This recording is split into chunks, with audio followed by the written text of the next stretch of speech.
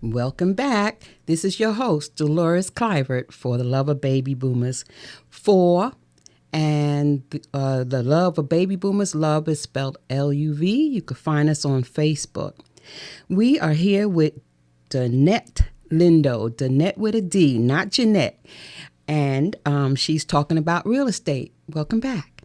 Well, thank you. Yes, we're back, and I think we were kind of touching base on the equity.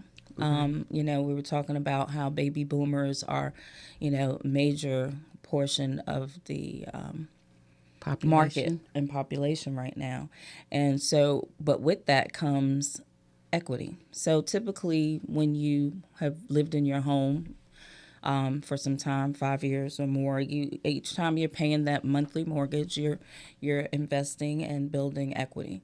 And so after 20, 30 years, you should be well vested as far as having equity in your home. I mean, I've had, just to give you an example, or people that are listening an example, I've had people recently stay within their home 7 years, and by the time we've paid off their mortgage that they currently owed, paid off commissions, and Uncle Sam.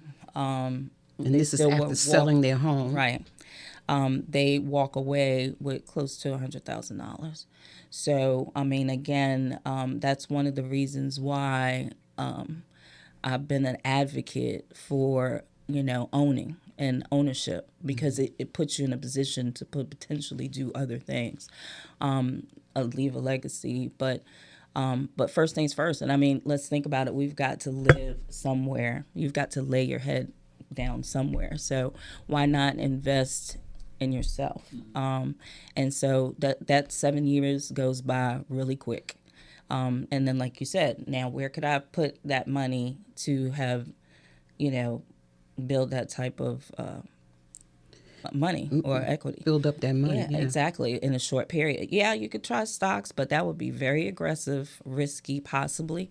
Where sleeping and staying in your home is something we all got to do. It's pretty a given. And right now, as I mentioned before, unfortunately, we're still in the seller's market and it's not going anywhere. So you're definitely in a position to continue to build wealth. I mean, it's the number one dream and the number one way of building wealth. That gives you the opportunity, like you said, to build a legacy or to do other things, go to the next level. Okay. So also, I was thinking about people who don't have homes that are boomers, new buyers. That's difficult. That's difficult.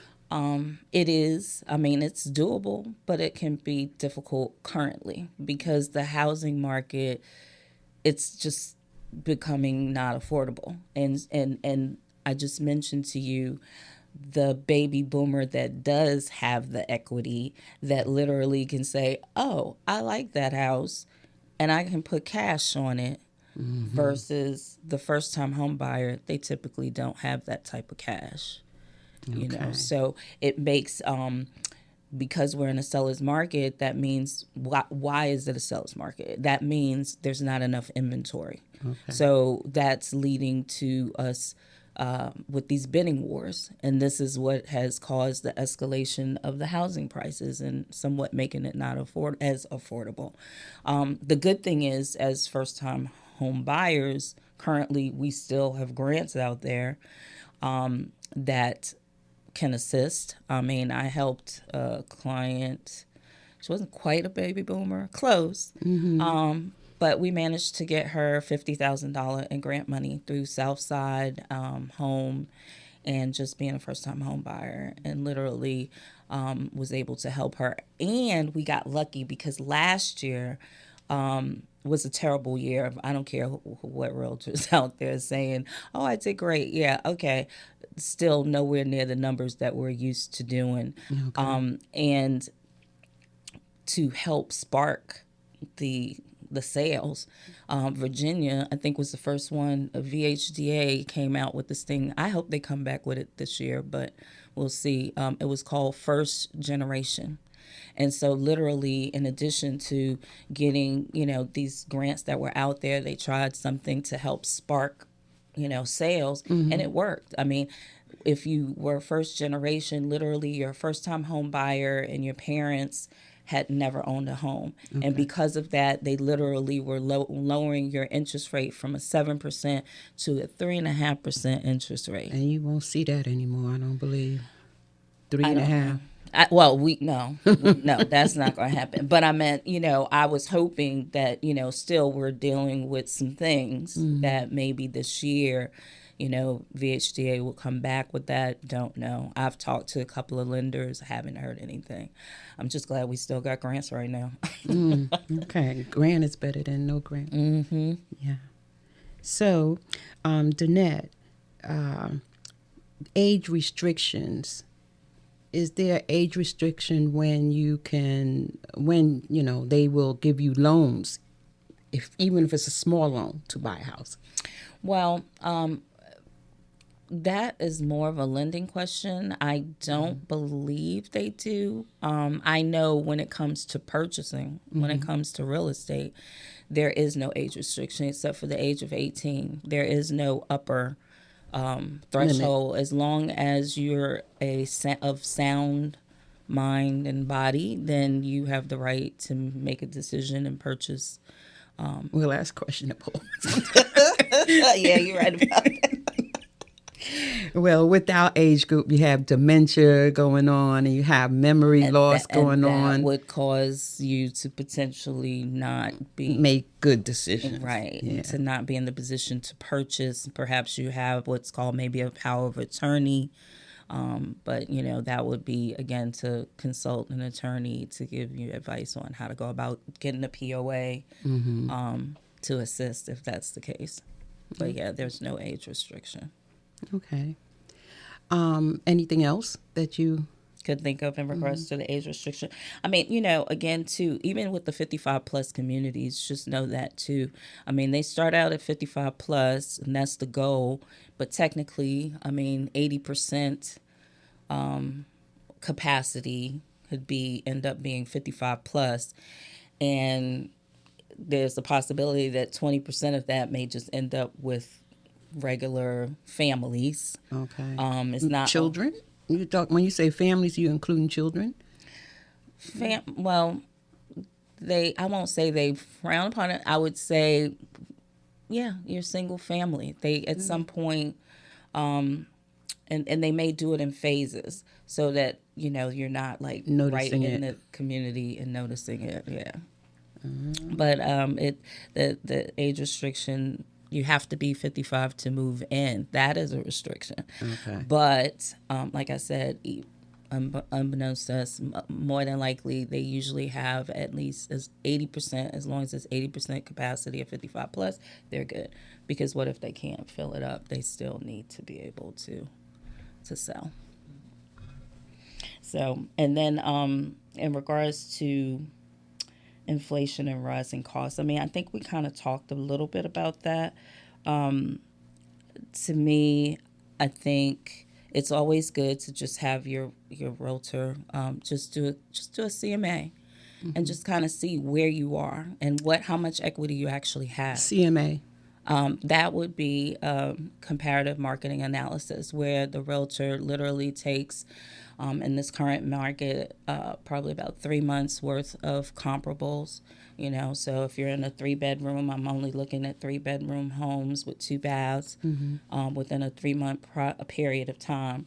Typically, the home has to appraise, so we try to stay within the appraisal guidelines, within a mile radius, but sometimes if we can't find the same animal, you're allowed to explore out more. Okay. But basically that's what a CMA is. We're doing a comparative marketing analysis on your home to see what is the value your home offers. And then based on that, now as a baby boomer, you can make, decisions of, does that 55 plus appeal to me?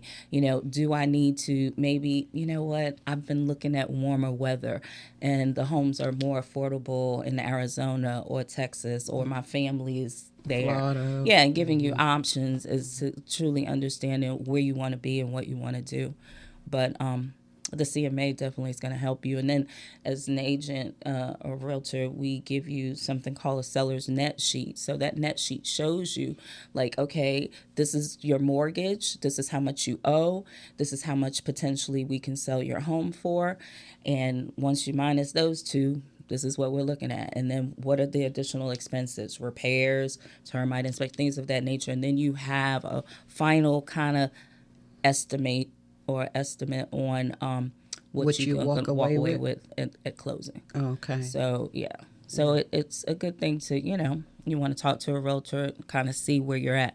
For the newcomers, again, I'm not wanting to sound discouraging. It's not as easy because of the fact that most of the first time home buyers may be limited when it comes to cash. And so when we're out here putting in an offer, sometimes it can be frustrating. You're putting in an offer, you're thinking, okay, I did a really good offer, but then somebody comes and says, oh, I'll just pay for the whole $350 cash. Like, Competition. yeah, cash is king. So who do you Yeah. think the seller's going to pick? Cash, or I got to wait 30 days to, possibly get my money. So, first time home buyers just have it a little bit tougher right now. But there's aid out there. And just know that it may take a while. That's probably the better word. I don't want to sound, disparaging at all, because it's doable. It's just, it may take a minute. It may take time. So you Don't would get probably discouraged. suggest Yeah. that people do their homework, start researching, start knowing what they want, asking themselves what they want, Exactly. and knowing that it's going to take time. Maybe start packing, because even though it may take 3, 4, 5 years, sometimes it takes time to get ready to get leave. yourself prepared. Yeah. Yeah, and then again, like I said, the best thing to do is, if you're really having these thoughts as a baby boomer, talk to the realtor, because I can't, each person has different scenarios, and the variables are endless. But typically the main, piece is understanding, financially, am I set? Do I have the funds to make the down payment? If I don't, can I get aid? Oh, great. The grants will help me. Wonderful. But, just understanding that piece. If you're a baby boomer who's looking, already have a home, and now looking and trying to figure out you're sitting in usually the best seat, because more than likely you have established quite a bit of equity. Again, if you're not sure, contact me, reach out to, your realtor. Well, tell us how to contact you. Yes. Again, for those who hadn't heard, my name is Danette Lindo. I am currently with CIC International, which stands for Call It Close International Realty. We're here. I am designated in Chesterfield, but I serve all of the tri-state areas. Our office is at 6802 Paragon Place, Suite 410. And as far as hours of operation, typically I'm 8 to 5, and even though I have 9 to 5, I'm just an early riser, and I try to get in there early and start my day. So if you want to reach out, I'm on Facebook, Danette Lindo Realtor. I'm on Instagram. I am on LinkedIn. Boy, you crossed the social media board. I try to be, and just working on, even, I'm part of almost that baby boomer. I'm still not with all the videos and all that stuff there. I'm getting there though. So, but definitely would love to answer any additional questions that you might be out there thinking, or concerns that you may have. I'm available. My direct number is 804-536-0600. I'll say it again, 804-536-0600. And my email is easy. It's home is heart. Home is hard. Home is heart at DanetteLindo.com. Okay. And You spell home HOME. MEIS. Yeah, no play on words. It's no Unlike ebonics. It's just strictly HOMEISHEART. Home is heart, like in your chest. Okay. And at Danette, and my name is spelled DAN, like Dan, ETTE, and the last name is Lindo, LINDO, Yeah, which actually means handsome or pretty in Spanish. Lindo means handsome or pretty. Well, you're pretty. You're not handsome. Well, thank you. But yeah, the Lindo. I had to learn that from it's actually a Spanish, name. Okay, Latin. Okay.